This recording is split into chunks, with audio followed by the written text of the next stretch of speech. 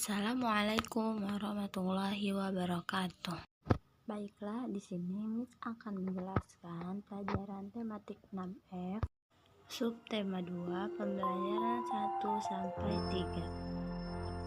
3. Kemerdekaan adalah modal dasar suatu negara untuk mencapai masyarakat adil, makmur, dan sejahtera. Oleh karena itu, kemerdekaan harus dipertahankan.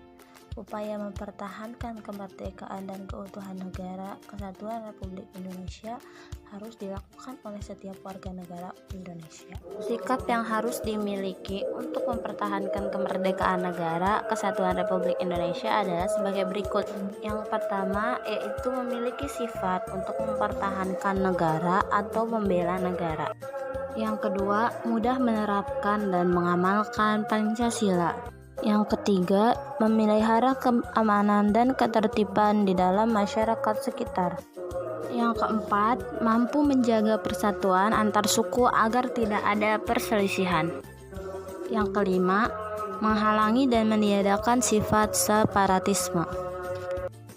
Dalam Undang-Undang Dasar 1945 juga banyak disebutkan tentang hak warga negara Indonesia atas pekerjaan dan penghidupan yang layak, hak membela negara, hak berpendapat, dan lain-lain. Undang-Undang Dasar 1945 atau disingkat UUD 1945 merupakan satu dari 4 pilar kebangsaan. Pilar kebangsaan adalah tiang penyangga yang kokoh, soko guru, agar rakyat Indonesia merasa aman, nyaman, tentram, sejahtera, serta terhindar dari berbagai macam gangguan dan bencana. Suatu pilar kebangsaan harus kokoh dan kuat untuk menangkal berbagai bentuk ancaman dan gangguan, baik dari dalam maupun dari luar. Pilar kebangsaan Indonesia harus dapat menjamin perwujudan ketertiban, keamanan, kenyamanan, keadilan, dan kesejahteraan. Nah, Undang-Undang 1945 juga telah beberapa kali diubah atau diamandemen. Nah, kita sebagai pelajar, hak dan kewajiban pelajar terkait pendidikan diatur dalam pasal 31. Pasal 31 Undang-Undang 1945 sebelum diamandemen terdiri atas 2 ayat.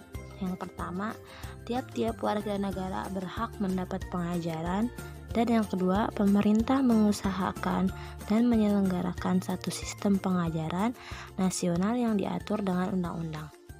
Nah, setelah diamandemen, pasal 31 Undang-Undang 1945 pada tahun 2002 terdiri atas 5 ayat. Yang pertama, setiap warga negara berhak mendapat pendidikan. Yang kedua, setiap warga negara wajib mengikuti pendidikan dasar dan pemerintah wajib membiayainya. Ketiga, pemerintah mengusahakan dan menyelenggarakan satu sistem pendidikan nasional yang meningkatkan keimanan dan ketakwaan, serta akhlak mulia dalam mencerdaskan kehidupan bangsa. 4. Negara memprioritaskan anggaran pendidikan sekurang-kurangnya 20% dari anggaran pendapatan dan belanja negara serta dari anggaran pendapatan belanja daerah. Yang kelima, pemerintah memajukan ilmu pengetahuan dan teknologi dengan menjunjung tinggi nilai-nilai agama dan persatuan bangsa untuk kemajuan peradaban serta kesejahteraan. Apa yang kamu ketahui atau kamu pahami tentang tari tradisional? Ada yang tahu? Nah, tari tradisional ini dibagi menjadi 3 jenis. Yang pertama yaitu tari klasik. Tari klasik yaitu tari tradisional yang lahir di lingkungan keraton, hidup dan berkembang sejak zaman feodal, serta diturunkan secara turun-temurun di kalangan bangsawan. Contohnya tari Bidaya dan tari Serimpik. Yang kedua yaitu tari rakyat, yaitu tari tradisional yang lahir dari kebudayaan masyarakat lokal, hidup dan berkembang sejak zaman primitif, serta diturunkan secara turun-temurun sampai sekarang. Contohnya tari Polostomo dan tari Cikeruhan. Yang terakhir yaitu tari kreasi baru, yaitu tari klasik yang mengalami aransemen dan dikembangkan sesuai perkembangan zaman, tetapi mempertahankan nilai-nilai di dalamnya. Tari kreasi baru biasanya diciptakan oleh pakar tari, contohnya tari merak. Perkembangan masa kanak-kanak. 1. Perkembangan fisik. Perkembangan fisik anak ditandai dengan perut yang menonjol serta kaki dan badan yang berkembang lebih cepat dari kepada kepala. Anak-anak juga mengalami perkembangan sebelah sisi tubuh. Hal tersebut dapat dilihat ketika mereka menggunakan satu tangan yang lebih cepat dari tangan lainnya. Yang kedua, perkembangan kognitif.